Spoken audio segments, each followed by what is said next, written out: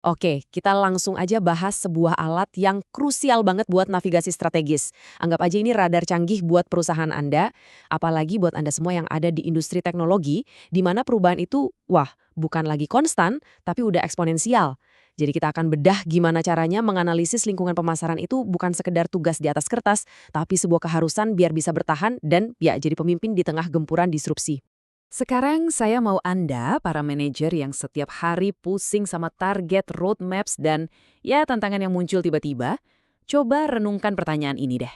Pernah ngerasa nggak sih kalau arah perusahaan itu kok kayaknya lebih banyak diatur sama manuver kompetitor, atau regulasi data yang baru, atau pergeseran teknologi yang mendadak ketimbang sama strategi yang udah susah payah Anda rancang? Rasa cemas karena ketidakpastian ini wajar banget kok, tapi ada caranya buat ambil alih kendali lagi. Oke, kita mulai dari definisinya dulu ya. Jadi, lingkungan pemasaran itu adalah semua pelaku dan semua kekuatan di luar tim marketing Anda. Tapi jangan lihat ini sebagai definisi buku teks yang kaku ya. Anggap aja ini definisi operasional dari radar kita tadi. Ini tuh semua sinyal, baik yang dekat maupun yang jauh, yang harus Anda baca biar bisa nahkodain kapal perusahaan dengan selamat. Intinya sih kita harus paham medan perangnya biar bisa menang. Yuk, kita nyalain lapisan pertama dari radar kita. Kita fokus dulu ke lingkaran dalam atau yang disebut lingkungan mikro.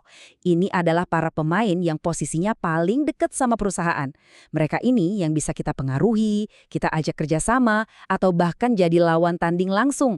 Dampak dari mereka ini terasa banget setiap hari. Nah, di dalam lingkaran dalam ini, ada 6 aktor kunci yang wajib kita pantau terus-menerus. Kondisi internal perusahaan kita sendiri, para pemasok, para perantara, pastinya pesaing, berbagai kelompok publik, dan tentu saja yang jadi pusat dari semua ini yaitu pelanggan. Coba kita bedah satu-satu ya. Pemindaian itu selalu dimulai dari dalam. Sering banget kan tantangan terbesar itu justru datang dari internal, adanya silo antar departemen. Di perusahaan teknologi, ini krusial banget. Bayangin deh, kalau tim product development nggak sinkron sama tim marketing, atau tim data science jalan sendiri tanpa ngobrol sama customer support, inovasi pasti bakal mandek. Nah, peran Anda sebagai manajer itu buat memastikan semua tim ini main dalam satu irama, dengan satu tujuan yang sama, menciptakan nilai terbaik buat pelanggan. Selanjutnya, pemasok dan perantara. Dulu, kita mungkin lihat mereka cuma sebagai vendor, hubungannya transaksional aja. Tapi di dunia teknologi sekarang, wah, pandangan kayak gitu udah kuno banget. Coba pikirin hubungan Anda sama penyedia layanan cloud kayak AWS atau Azure, atau sama pemasok komponen semikonduktor. Mereka itu bukan cuma vendor kan? Mereka itu bagian integral dari kemampuan Anda buat berinovasi dan ngasih layanan. Kalau ada masalah di mereka, itu jadi masalah kita juga. Mereka itu mitra strategis. Nah, ini dia, pesaing. Di industri teknologi, ini dinamis banget. Sebagai manajer di perusahaan besar, Anda punya keunggulan sumber daya, itu jelas. Tapi perusahaan kecil yang lincah atau startup seringkali bisa pivot atau ganti haluan jauh lebih cepat.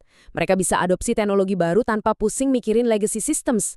Mereka itu ancaman, tapi sekaligus bisa jadi inspirasi tentang gimana caranya bergerak lincah. Kuncinya, pahami keunggulan Anda dan selalu awas sama gerakan mereka. Dan aktor terpenting di lingkungan mikro, pelanggan. Mereka ini alasan kenapa kita melakukan semua ini. Tapi, pelanggan itu bukan satu entitas tunggal. Jual software SaaS B2B ke perusahaan lain, itu beda banget caranya sama nawarin aplikasi freemium ke jutaan konsumen. Apalagi kalau jadi kontraktor pemerintah. Aturan mainnya beda total. Setiap pasar ini butuh pemahaman yang mendalam tentang apa sih motivasi mereka dan gimana proses mereka mengambil keputusan. Beda banget satu sama lain. Oke, lingkaran dalam mudah kita pindai. Sekarang kita perluas jangkauan radar kita ke lapisan luar, lingkungan makro. Ini adalah kekuatan-kekuatan sosial yang lebih besar, yang dampaknya kena ke semua orang, termasuk Anda dan pesaing Anda. Anggap aja ini kayak cuaca.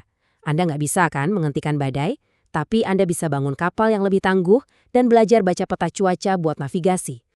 Nah, gambar ini adalah peta cuaca kita. Ada demografi, ekonomi, alam, teknologi, politik, dan budaya. Dan semuanya ini saling terkait loh. Contohnya isu privasi data, itu kan campuran dari kekuatan budaya dan politik. Akhirnya mendorong lahirnya regulasi kayak GDPR. Nah, regulasi ini kemudian maksa ada perubahan besar-besaran dalam cara teknologi dikembangkan dan dipasarkan di seluruh dunia. Tugas kita adalah membaca koneksi-koneksi seperti ini. Coba kita fokus ke satu kekuatan yang mungkin sering kelewat di industri teknologi, lingkungan alam. Ini bukan lagi isu nomor 2. Coba pikirin deh, kelangkaan mineral tanah jarang yang penting banget buat bikin perangkat elektronik. Atau kebutuhan energi yang luar biasa besar untuk pusat data yang jadi tulang punggung cloud computing dan AI. Ini semua ngaruh langsung ke biaya, ke rantai pasok, dan bahkan ke reputasi perusahaan Anda. Jadi, ada 3 tren utama yang perlu dipantau di sini. Pertama, kekurangan bahan baku yang strategis. Kedua, tekanan dari publik dan investor soal jejak karbon dan limbah elektronik. Dan ketiga, sebagai respons dari 2 hal tadi, intervensi pemerintah yang makin ketat yang menuntut keberlanjutan dan ekonomi sirkuler. Ini semua adalah variabel risiko yang harus masuk dalam perhitungan strategis Anda. Nah, sekarang kita pindah ke kekuatan yang paling akrab buat Anda semua. Kutipan ini pas banget. Teknologi itu bukan lagi sekedar alat bantu. Dia yang sekarang membentuk ulang industri, menciptakan pasar baru, dan di saat yang sama menghancurkan yang lama. Buat Anda, ini bukan lagi sekedar lingkungan eksternal.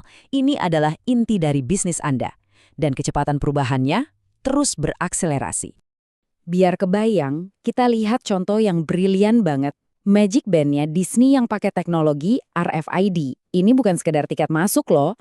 Gelang ini bisa melacak pergerakan pengunjung, bisa buat bayar tanpa sentuh, buka kunci kamar hotel, dan yang paling penting, gelang ini mengumpulkan data yang masif untuk mempersonalisasi pengalaman setiap pengunjung. Disney itu nggak cuma adopsi teknologi. Mereka pakai teknologi buat merancang ulang seluruh model interaksi dan menciptakan nilai baru buat pelanggan. Dan terakhir, kekuatan politik dan budaya yang sekarang ini nempel banget sama teknologi. Lingkungan politik itu yang menciptakan aturan main, misalnya undang-undang anti-monopoli yang sekarang nargetin raksasa-raksasa teknologi, atau regulasi soal privasi data. Sementara itu, lingkungan budaya membentuk ekspektasi baru. Masyarakat sekarang nuntut transparansi soal algoritma, etika dalam penggunaan AI, dan keberlanjutan di rantai pasok elektronik. Kalau kita abai sama nilai-nilai ini, akibatnya bisa fatal. Oke, kita udah scan lingkungan mikro dan makro. Data dari radar udah kita kumpulin. Terus, ngapain? So what? Nah, baca sinyal doang itu nggak cukup. Bagian terpentingnya adalah gimana kita merespons sinyal itu. Disinilah manajer strategis membedakan diri mereka dari yang lain. Secara fundamental ada 2 sikap di sini. Pertama, reaktif. Anda lihat perubahan sebagai sesuatu yang, mau gimana lagi? Lalu Anda beradaptasi. Atau yang kedua, proaktif. Anda nggak cuma merespons, tapi secara aktif mencoba membentuk lingkungan, mempengaruhi regulasi, menetapkan standar baru, dan menciptakan tren. Biar lebih jelas, kita lihat studi kasus klasik yang menggambarkan respons proaktif. Beberapa tahun lalu, McDonald's kena krisis PR besar-besaran waktu gambar Pink Goop jadi viral. Klaimnya itu bahan dasar Chicken McNuggets. Wah, ini ancaman serius banget buat kepercayaan konsumen kan? Terus apa yang mereka lakukan? Mereka nggak diam aja. Mereka ambil langkah proaktif. Mereka kasih klarifikasi resmi, rilis video transparan yang nunjukin proses di publik, dan meluncurkan kampanye besar Our Food, Your Questions. Ini mirip banget sama gimana perusahaan teknologi bisa merespon isu keamanan data. Bukan cuma nambal celah, tapi juga meluncurkan program transparansi, ngundang ethical hacker, dan buka dialog sama pengguna buat bangun lagi kepercayaan. Hasilnya, dengan mengambil alih narasi, McDonald's berhasil mengubah ancaman besar ini jadi peluang untuk menunjukkan transparansi. Mereka nggak cuma meredam isu negatif, tapi justru memperkuat reputasi merek mereka. Inilah kekuatan dari manajemen yang proaktif. Nah, sebagai penutup, mari kita kembali ke pertanyaan awal. Tapi sekarang dengan konteks Anda. Apakah strategi Anda selama ini lebih sering berupa reaksi terhadap teknologi baru atau langkah dari pesaing? Ataukah Anda secara sadar mencoba membentuk percakapan di industri Anda, menetapkan standar teknologi yang baru, dan secara aktif menciptakan masa depan yang Anda inginkan? Jawabannya akan menentukan apakah Anda sekedar ikut arus disrupsi, atau Andalah yang menjadi disrupsi itu sendiri.